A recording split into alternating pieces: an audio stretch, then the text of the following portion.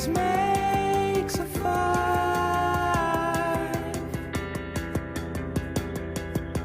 I lay down the tracks.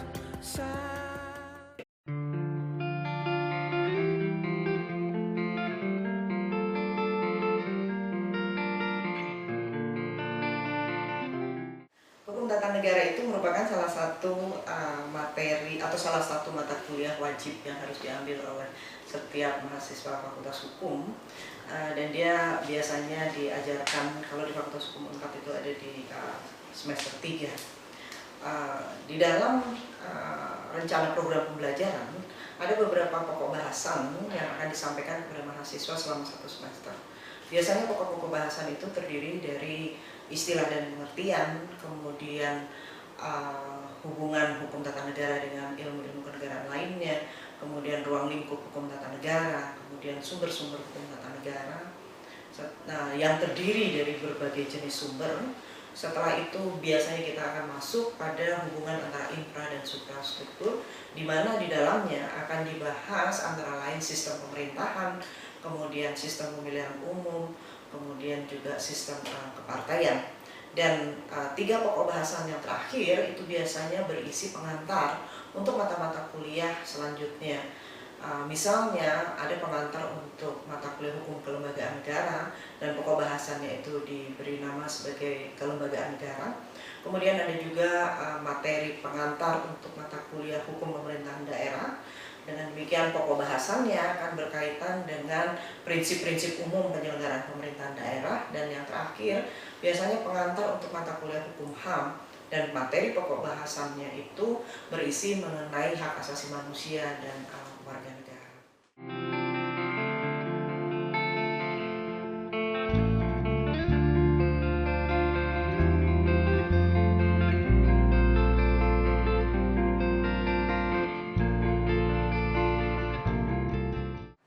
Ada beberapa istilah yang digunakan sebagai padanan hukum tata negara. Di dalam bahasa Inggris, istilah itu biasanya digunakan constitutional law, atau dalam beberapa hal ada yang menggunakan state law. Saya seringkali mengingatkan kepada para mahasiswa, kalau menggunakan istilah state law itu harus berhati-hati, karena kadang-kadang kalau kita kaitkan dengan bentuk negara federal, hukum yang dibuat oleh negara bagian itu disebut sebagai state law. Oleh karena itu, kalau Anda nanti membaca buku-buku textbook hukum tata negara dan Anda temukan istilah state law, maka jangan serta-merta itu mengartikan sebagai hukum tata negara. Ada kalanya itu diartikan sebagai hukum yang dibuat oleh negara bagian. Nah, ada beberapa istilah lainnya gitu ya, seperti droit konstitusional dalam bahasa Perancis dan lain sebagainya. Di dalam kepustakaan Belanda, Anda juga harus bedakan antara hukum tata negara sebagai ilmu dan hukum tata negara sebagai hukum positif. Sebagai ilmu hukum tata negara, sebagai satu ilmu hukum tata negara itu mempunyai objek penyelidikan. Sebagai hukum positif, maka yang harus dipahami adalah kaidah-kaidah hukum positif di bidang ketatanegaraan. Jadi ini kalau kita bicara mengenai istilah. Secara umum, hukum tata negara itu diartikan sebagai hukum yang mengatur struktur organisasi negara atau alat-alat perlengkapan negara. Ada juga ahli, misalnya Van der Put, yang memasukkan hubungan antara negara dengan warga negaranya atau negara dengan individu itu ke dalam pengertian hukum tata negara.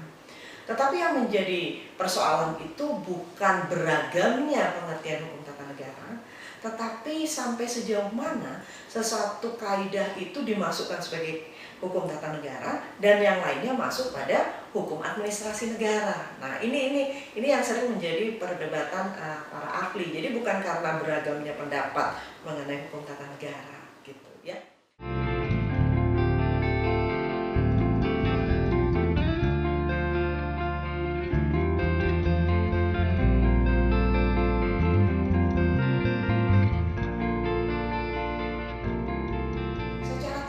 Saudara-saudara, ilmu kenegaraan itu dibagi menjadi 2.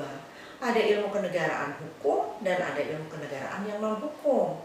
Ilmu-ilmu kenegaraan yang non-hukum itu antara lain ilmu politik, termasuk juga ilmu negara. Jadi ilmu negara dan ilmu politik itu adalah ilmu kenegaraan yang non hukum. Sedangkan ilmu kenegaraan yang hukum itu antara lain hukum tata negara, hukum administrasi negara, hukum pemerintahan daerah, dan lain sebagainya. Keseluruhan ilmu kenegaraan itu mempunyai objek penyelidikan yang sama, yaitu negara. Hanya yang berbeda terletak pada penekanannya. Misalnya ilmu negara, objek penyelidikannya itu adalah pengertian-pengertian umum tentang negara. Dengan demikian tidak menunjuk pada satu negara tertentu, gitu ya. Nah, sedangkan hukum administrasi negara sering dikatakan sebagai hukum yang mengatur negara dalam keadaan bergerak. Sedangkan hukum tata negara itu adalah hukum yang mengatur negara dalam keadaan diam, gitu. Jadi artinya hukum tata negara itulah yang memberikan kewenangan-kewenangan kepada berbagai organ negara, dan ketika organ negara atau organ pemerintah itu mulai melaksanakan kewenangannya, maka itu masuk pada ranah hukum administrasi negara, begitu. Nah, itu menunjukkan betapa dekatnya hubungan antara hukum tata negara dengan hukum administrasi negara, gitu ya. Bahkan ada yang mengatakan hukum tata negara tanpa hukum administrasi negara itu dapat menjadi satu hal yang sewenang-wenang, sedangkan hukum administrasi negara tanpa hukum tata negara itu seperti burung yang tidak punya sayap, dia tidak dapat bergerak sama sekali karena dia tidak punya kewenangan, gitu ya. Contoh sederhananya untuk membedakan hukum tata negara dengan hukum administrasi negara, misalnya, apakah pengadilan tata usaha negara itu merupakan satu badan yang tepat untuk mengadili persoalan-persoalan ketika seorang pejabat administrasi negara itu mengeluarkan keputusan yang dianggap sewenang-wenang? Nah, itu adalah pertanyaan hukum tata negara karena berkaitan dengan kewenangan, begitu. Tetapi ketika kita berbicara persoalannya apakah seorang pejabat administrasi negara itu mengeluarkan atau ketika dia mengeluarkan kewenangannya didasarkan pada hal-hal atau didasarkan pada asas-asas pemerintahan yang baik atau tidak, maka itu masuk pada persoalan hukum administrasi negara, gitu. Jadi hukum tata negara berbicara mengenai kewenangan, gitu ya. Kemudian bagaimana hubungan antara hukum tata negara dengan ilmu negara? Banyak ahli yang mengatakan bahwa ilmu negara itu menjadi dasar. Dia merupakan pengantar bagi mereka yang akan mempelajari hukum tata negara, gitu ya. Sedangkan hubungan antara hukum tata negara dengan ilmu politik itu sangat berdekatan. Jadi ibaratnya balance kan mengibaratkan seperti daging dan tulang, gitu ya. Jadi banyak sekali di dalam kehidupan sehari-hari kita melihat bahwa keputusan-keputusan di bidang ketatanegaraan itu banyak dipengaruhi oleh politik dan lain sebagainya. Contohnya maklumat Wakil Presiden nomor X tahun 1945, gitu ya. Kalau dilihat materinya, sebetulnya maklumat Wakil Presiden nomor X itu dapat dikatakan semacam dia bertentangan, gitu ya, dengan pasal-pasal aturan peralihan di dalam Undang-Undang Dasar 1945. Karena menurut pasal aturan peralihan, sebelum dibentuk DPA, DPR, dan MPR menurut Undang-Undang Dasar ini, maka kekuasaannya dilaksanakan oleh Presiden dengan bantuan sebuah komite nasional. Melalui maklumat Wakil Presiden nomor X, Badan KNIP, Komite Nasional Indonesia Pusat, itu diberikan kewenangan melaksanakan tugas-tugas dan fungsi-fungsi DPR. Nah, jadi dapat Anda lihat tanpa mengubah satu kata pun, aturan di dalam Undang-Undang Dasar ternyata telah menjadi atau telah terjadi perubahan Undang-Undang Dasar. Nah, ini menunjukkan betapa hubungan antara hukum tata negara dengan ilmu politik sangat dekat, gitu ya.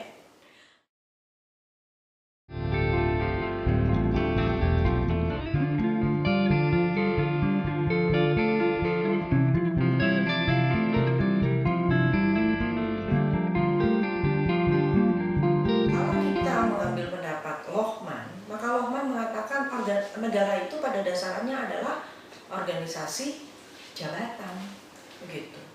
Jabatan itu adalah lingkungan kerja yang bersifat tetap, yang mempunyai fungsi-fungsi tertentu.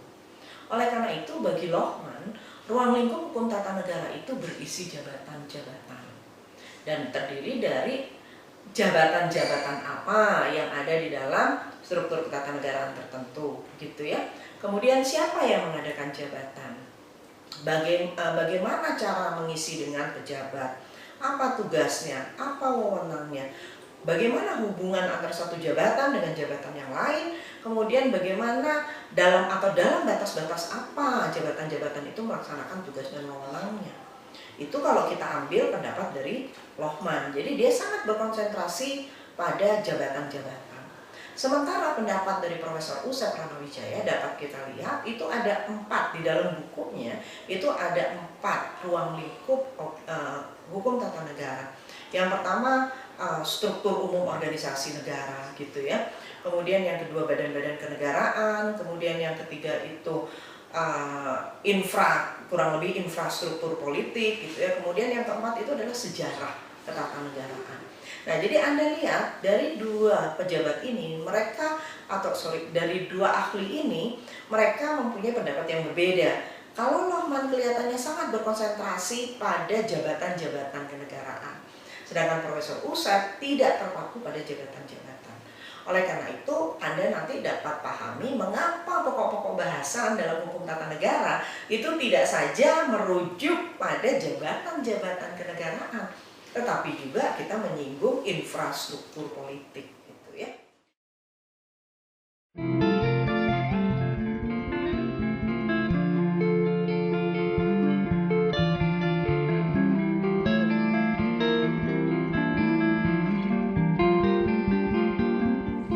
Nah, kajian sumber hukum tata negara itu menjadi penting bagi Anda untuk kuasai, bukan saja untuk mengenali berbagai jenis sumber hukum, tetapi juga bagaimana hubungan antara sumber hukum dengan satu sumber hukum dengan sumber hukum yang lain, gitu ya.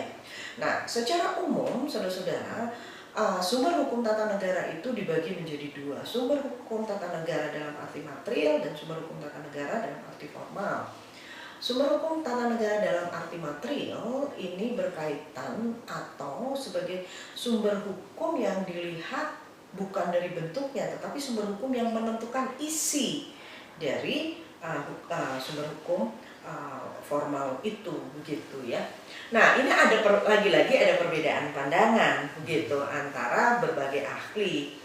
Profesor Bagir misalnya memasukkan doktrin itu bukan sumber hukum tata negara dalam arti formal, tetapi justru sumber hukum tata negara dalam arti material, begitu. Karena menurut beliau yang dimasukkan sebagai sumber hukum dalam arti material adalah hal-hal yang memang dia tidak punya karakter atau sifat hukum. Oleh karena itu pandangan hidup bangsa, gitu ya, beliau masukkan sebagai sumber hukum dalam arti material. Kemudian doktrin dan juga hal-hal yang lainnya. Anda dapat baca dari buku Konvensi Ketatanegaraan yang ditulis oleh Pak Bagir gitu ya. Sedangkan sumber hukum dalam arti formal adalah sumber hukum yang mengikat karena bentuknya.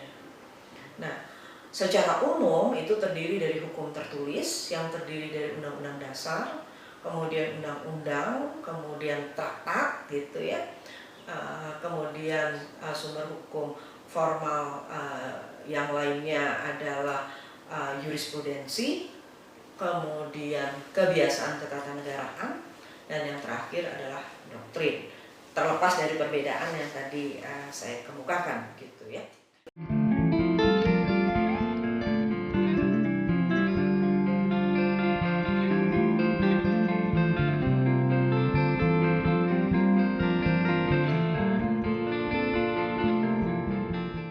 Secara teori, saudara-saudara, konstitusi itu dapat dibedakan dari undang-undang dasar. Kalau kita kembali kepada pendapat Casey Ware di dalam bukunya Modern Constitution, Casey Ware membagi konstitusi itu in a narrow sense dan in a broad sense, in a wider sense. Konstitusi dalam arti sempit itu adalah kumpulan aturan yang terdokumentasikan di dalam satu naskah atau beberapa naskah, gitu. Sedangkan konstitusi dalam arti luas itu adalah ketentuan-ketentuan yang tidak saja bersifat hukum, gitu ya, termasuk juga di situ ketentuan-ketentuan yang ada secara tertulis, gitu. Itu secara umum gitu ya. Bahasanya saya lupa Casey tepatnya, tapi dia katakan konstitusi itu adalah kumpulan aturan gitu ya, baik yang tertulis maupun juga yang tidak tertulis. Tidak tertulis itu dalam arti dia tidak ditegakkan oleh pengadilan begitu. Oleh karena itu, konstitusi dalam arti sempit itu menunjuk pada undang-undang dasar. Sedangkan konstitusi dalam arti luas itu tidak hanya undang-undang dasar, tetapi termasuk kebiasaan-kebiasaan ketatanegaraan gitu ya.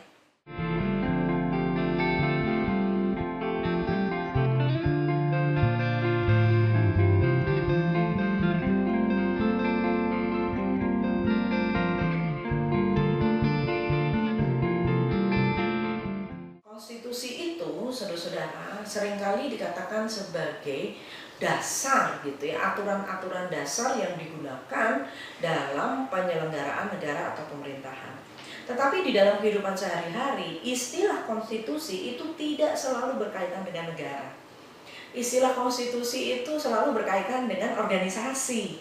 Dengan demikian misalnya BEM. BEM itu organisasi, boleh saja membuat aturan dasar dan itu dikatakan sebagai konstitusi BEM. Begitu. Jadi yang intinya konstitusi itu pasti berkaitan dengan organisasi. Nah, kalau dalam kaitan dengan penyelenggaraan negara, maka konstitusi itu akan mengatur berbagai jenis alat-alat kelengkapan negara dalam arti bagaimana kewenangannya, bagaimana cara pengisian jabatan, bagaimana hubungan antara satu lembaga negara dengan lembaga negara yang lain, dan lain sebagainya. Materi muatan konstitusi itu tidak ada yang bersifat artinya materi muatan konstitusi itu antara satu negara dengan negara lain itu berbeda, tergantung pada kebutuhan masing-masing negara. Jadi apa yang penting bagi satu negara belum tentu penting bagi negara lain, gitu ya. Nah, misalnya Indonesia di dalam Undang-Undang Dasar 1945 tidak memasukkan ketentuan-ketentuan secara khusus di dalam bab tersendiri mengenai komisi negara. Tetapi konstitusi Filipina itu memasukkan ketentuan-ketentuan mengenai komisi negara dalam bab khusus. Nah, jadi sangat tergantung kepada berbagai negara. Tapi paling tidak kalau kita lihat selalu diatur ketentuan-ketentuan mengenai organ-organ negara. Misalnya bagaimana badan legislatifnya, eksekutif, yudikatif, di samping badan-badan kenegaraan lainnya gitu ya. Nah, materi muatan konstitusi yang lain misalnya hak asasi manusia. Ada konstitusi yang pada mulanya tidak memuat hak asasi manusia. Konstitusi Amerika ketika diadopsi pada tahun 1789 kalau tidak salah, itu tidak memuat satu pasal pun mengenai hak asasi manusia. Baru setelah terjadi amandemen pertama sampai dengan amandemen ke-10, konstitusi Amerika memuat ketentuan-ketentuan hak asasi manusia gitu ya.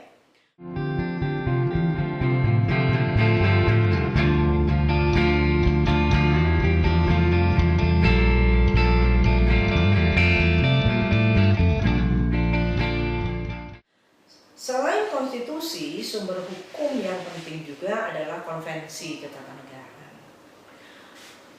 Di dalam satu negara, saudara-saudara, meskipun negara itu mempunyai undang-undang dasar, namun di dalam penyelenggaraan negaranya seringkali dilengkapi dengan kehadiran constitutional convention atau kebiasaan ketatanegaraan. Saya beri contoh Amerika misalnya, sebelum keluarnya amandemen ke-22, pembatasan masa jabatan presiden Amerika itu dilakukan melalui kebiasaan ketatanegaraan. Jadi dari mulai presiden pertama yang menjadi presiden itu hanya 2 kali masa jabatan. Setelah selesai 2 kali masa jabatan, mereka tidak running untuk masa jabatan ketiga gitu ya.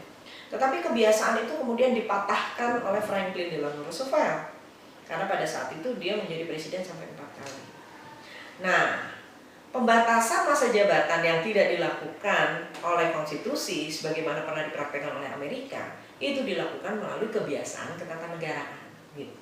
Dengan demikian, kehadiran kebiasaan ketatanegaraan ini harus dipandang sebagai upaya untuk mendinamisasikan kaidah-kaidah konstitusi dan juga sekaligus memperkuat sendi-sendi konstitusi. Gitu. Dan kebiasaan ketatanegaraan itu dapat terjadi karena beberapa hal. Dia dapat terjadi karena praktek yang berulang-ulang terus dilaksanakan secara terus-menerus, atau kebiasaan ketatanegaraan yang terjadi hanya dilakukan satu kali dan itu kemudian dituangkan dalam bentuk yang tertulis. Itu dapat terjadi seperti itu gitu ya.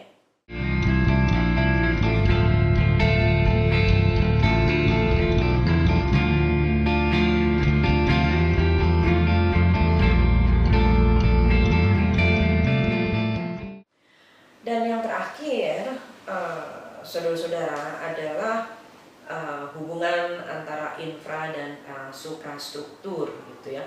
Suprastruktur diartikan sebagai suasana kehidupan politik tingkat atas, artinya tingkat atas ini dalam tingkat kelembagaan negara. Sedangkan infrastruktur politik itu adalah suasana kehidupan politik di tingkat rakyat. Nah, bagaimana hubungan antara infra dan supra? Anda lihat, salah satu komponen dari infra itu adalah partai politik. Yang lainnya misalnya komunikasi politik, tokoh politik, gitu ya, golongan penekan, golongan kepentingan. Kita lihat bagaimana infra itu bisa mempengaruhi supra.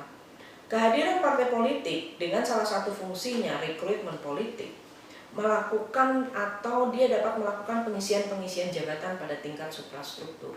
Misalnya DPR, siapa yang mengisi jabatan-jabatan di DPR? Tidak lain dari orang-orang partai politik, begitu.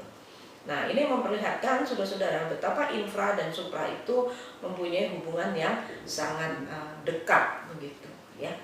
Nah, selain itu, salah satu sistem di dalam infra dan supra, khususnya supra, yaitu yang kita kenal dengan sistem pemerintahan. Sistem pemerintahan itu menunjuk pada hubungan antara legislatif dengan eksekutif. Dalam arti, apakah badan eksekutif bertanggung jawab atau tidak bertanggung jawab kepada badan legislatif. Kalau badan eksekutif itu tidak bertanggung jawab pada badan legislatif, maka sistem pemerintahannya adalah sistem presidensial. Sebaliknya, kalau badan eksekutif bertanggung jawab kepada badan legislatif, maka sistem pemerintahannya adalah sistem parlementer. Masing-masing punya ciri-ciri gitu ya. Misalnya sistem presidensil, salah satu ciri dalam sistem presidensil, masa jabatan presiden itu adalah fix, tetap. Misalnya presiden Amerika 4 tahun, presiden Indonesia 5 tahun, kemudian presiden Filipina itu 6 tahun. Sebaliknya di dalam sistem parlementer, masa jabatan eksekutif itu tidak tetap, tergantung apakah eksekutif itu mampu mempertahankan jabatannya selama dia tidak mendapatkan mosi tidak percaya dari parlemen, no confidence motion gitu ya. Jadi selama dia tidak pernah mendapatkan mosi tidak percaya, ya penyelenggaraan pemerintahan akan berlangsung terus gitu. Tapi kalau dia dapat mosi tidak percaya, maka biasanya kabinet itu jatuh, dia harus menyerahkan mandat kepada kepala negara. Ciri yang lainnya, saudara-saudara, di dalam sistem presidensil itu hanya ada satu eksekutif, single eksekutif, yaitu presiden. Presiden bertindak sebagai kepala negara dan kepala pemerintahan, chief of the executive and head of government, head of state, gitu ya. Nah, sebaliknya di dalam sistem parlementer ada dua eksekutif, ada nominal eksekutif, ada real eksekutif. Kekuasaan sehari-hari itu dilakukan oleh real eksekutif. Nominal eksekutif itu tidak dapat dimintai pertanggungjawaban. Itu yang istilahnya raja atau ratu atau presiden tidak dapat diganggu-gugat. Artinya kepala negara itu tidak dapat dimintai pertanggungjawaban. Jadi itu adalah meskipun banyak ciri-ciri lain sebagaimana dikemukakan oleh Douglas Verney gitu ya di dalam buku yang ditulis oleh Aaron Liphat gitu, ya. Kemudian pokok bahasan yang lainnya masih dalam kaitan dengan infra dan supra itu adalah sistem kepartaian. Nah, kalau kita menggunakan Maurice Duverger gitu ya, itu ada sistem satu partai, sistem dua partai, sistem multi partai. Ketika kita mengatakan bahwa negara itu mempunyai lebih dari satu sistem partai, dari satu partai politik, jangan diartikan pada kehadiran partai politik di masyarakat. Misalnya di Indonesia pada masa Orde Baru itu ada berapa partai politik? Orang mengatakan 3 partai politik, meskipun Golkar tidak mau dikatakan sebagai partai politik waktu itu.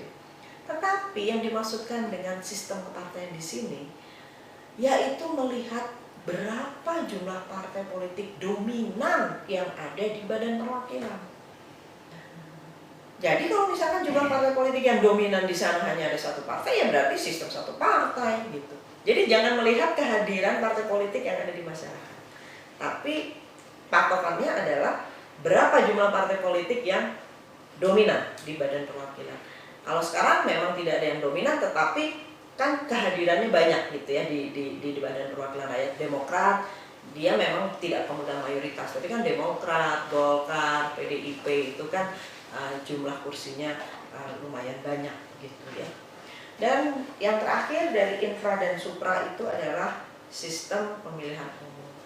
Nah, secara umum Anda mengetahui ada 2 jenis sistem pemilihan umum, yaitu distrik dan proporsional, masing-masing dengan kelebihan dan kekurangannya. Sistem distrik kelebihannya karena daerah pemilihan itu akan dibagi menjadi beberapa distrik yang disesuaikan dengan jumlah kursi yang akan diperebutkan, jumlah kursi di Badan Perwakilan yang akan diperebutkan, dan di dalam satu distrik itu hanya akan dihasilkan satu calon gitu ya, atau satu pemenang, satu orang pemenang. Maka salah satu keuntungan dari sistem distrik itu adalah apa? Penyelenggaraannya sederhana. Tapi kekurangannya apa di balik penyelenggaraan yang sederhana? Banyak jumlah suara yang terbuang. Begitu.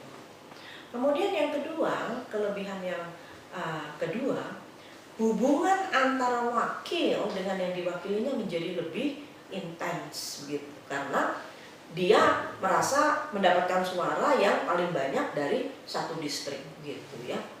Nah, kemudian yang ketiga, salah satu keuntungan yang ketiga, sistem distrik itu mendorong terjadinya penyederhanaan partai secara alami. Anda dapat bayangkan kalau ada partai politik ikut pemilihan umum berkali-kali, nggak dapat kursi juga. Nah, mereka pada akhirnya akan berpikir, ya lebih baik kami bergabung dengan partai politik yang platformnya sama. Nah, itu mendorong terjadinya penyederhanaan partai. Sebaliknya di dalam sistem proporsional gitu, itu tidak mendorong terjadinya penyederhanaan partai. Karena banyak sekali partai kecil, dan partai-partai kecil yang ada itu ada kemungkinan mendapatkan suara. Karena jumlah kursi itu akan ditentukan berdasarkan dia akan dibagi dulu BPP kan, dan disesuaikan dengan jumlah penduduk. Misalkan baru dapat satu kursi kalau dia mendapatkan 400.000 suara. Misalnya seperti itu. Nah, si partai politik itu katakanlah dia dapat sekitar 1.200.000. Berarti dia dapat berapa itu? Kurang lebih 3 kan? Dia dapat 3 kursi gitu. Nah, itu kemudian partai-partai kecil yang lainnya mungkin dia dapat suara lebih juga dari 400.000. Oleh karena itu, dalam sistem proporsional tidak akan mungkin ada penyederhanaan partai. Yang terjadi itu adalah fragmentasi partai. Begitu, partainya itu malah pecah gitu, ya. Nah, pokok bahasan yang terakhir ini berkaitan dengan pengantar-pengantar, dan secara brief saya jelaskan.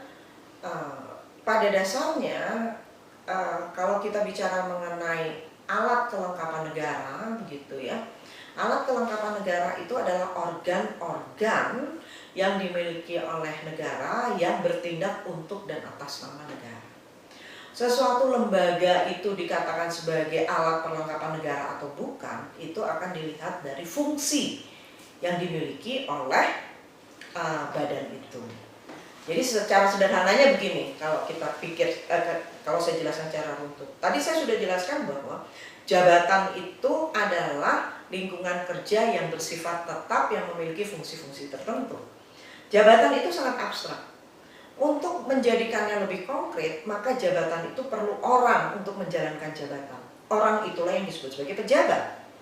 Nah, agar pejabat itu dapat melaksanakan fungsi jabatan, maka dia dilengkapi dengan tugas dan wewenang.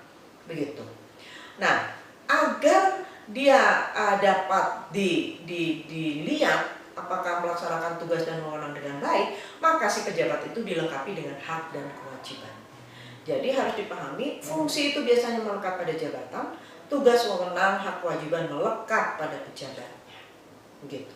Nah, sekarang kita punya berbagai macam lembaga negara di sini. Apakah lembaga-lembaga negara yang ada di Indonesia itu dapat dikelompokkan atau dapat diklasifikasikan sebagai alat kelengkapan negara? Kembali tadi saya katakan sangat tergantung pada fungsi yang dimilikinya. Kalau kita menggunakan pendekatan fungsi, Pak Bagir menjelaskan ada lembaga-lembaga negara yang melaksanakan fungsi ketatanegaraan secara langsung dan secara langsung dan tidak langsung, dan itulah yang disebut sebagai alat kelengkapan negara atau organ of state. Secara tradisional, alat-alat kelengkapan negara seperti ini adalah badan legislatif, badan eksekutif, badan judikatif. Di Indonesia itu ada BPK. Ini masuk pada alat kelengkapan negara.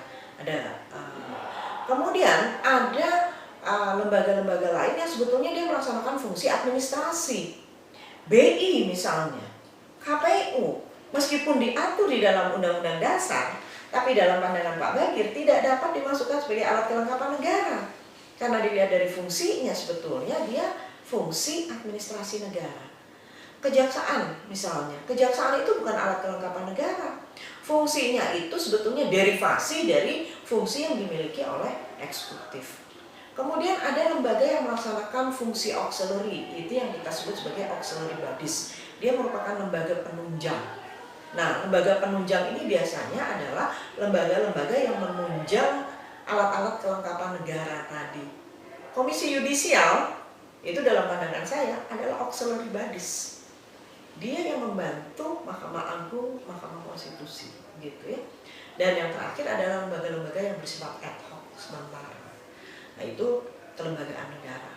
Kemudian ketika kita bicara mengenai prinsip-prinsip penyelenggaraan pemerintahan daerah, kita bertolak dari pasal 18, 18A, dan 18B.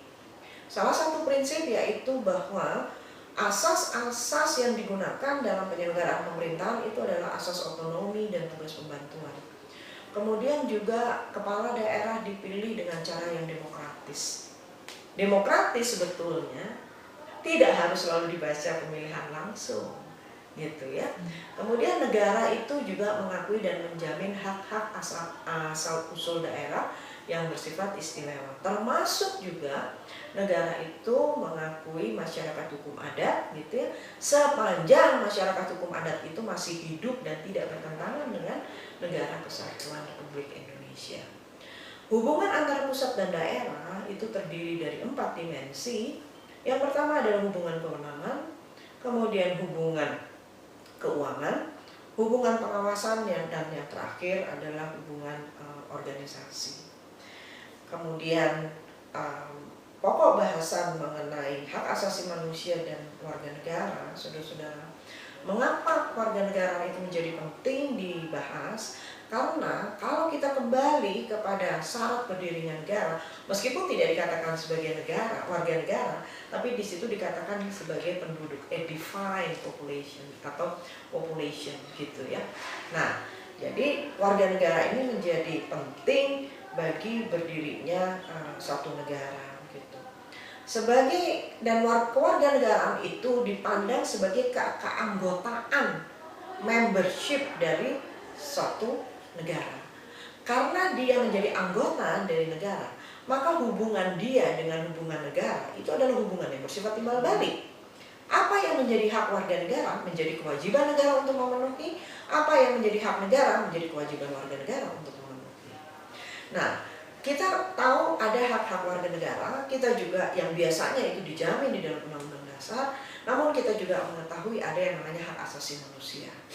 Apa yang dikatakan atau apa pengertian dari hak asasi manusia itu sangat tergantung pandangan apa atau teori apa yang kita anut.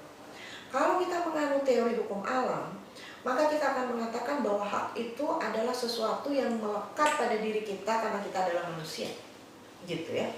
Tapi pandangan positivis mengatakan hak itu adalah sesuatu yang diberikan oleh negara, gitu. Jadi akan sangat tergantung kepada bagaimana seseorang itu memandang hak tersebut, gitu ya. Nah, secara umum, saudara-saudara, kalau kita menggunakan klasifikasi hak asasi manusia menurut Karel Vasak, itu ada 3 generasi. Meskipun ada juga klasifikasi hak asasi manusia yang dilakukan oleh ahli yang lain. Tapi penjelasan untuk itu nanti akan Anda dapatkan ketika Anda mengambil mata kuliah hukum hak asasi manusia gitu ya. Kalau kita menggunakan pendekatan yang dikemukakan oleh Karel Vasak, maka ada 3 generasi HAM. HAM generasi pertama ini lebih dikenal dengan hak-hak sipil dan politik. Misalnya hak untuk memperoleh kewarganegaraan, hak untuk hidup, kemudian hak untuk menikah dan lain sebagainya. Itu adalah contoh-contoh hak sipil. Kemudian hak politik, hak untuk mengemukakan pendapat, hak persamaan di muka hukum dan pemerintahan dan lain sebagainya begitu ya. HAM generasi kedua adalah hak-hak ekonomi, sosial dan budaya. Kemudian HAM generasi ketiga ini adalah salah satu generasi yang masih kontroversial, masih debatable, yaitu hak solidaritas. Contohnya adalah hak atas lingkungan hidup yang sehat, hak atas pembangunan. Dan ketiga generasi HAM ini merefleksikan dari semboyan revolusi Prancis, yaitu liberty,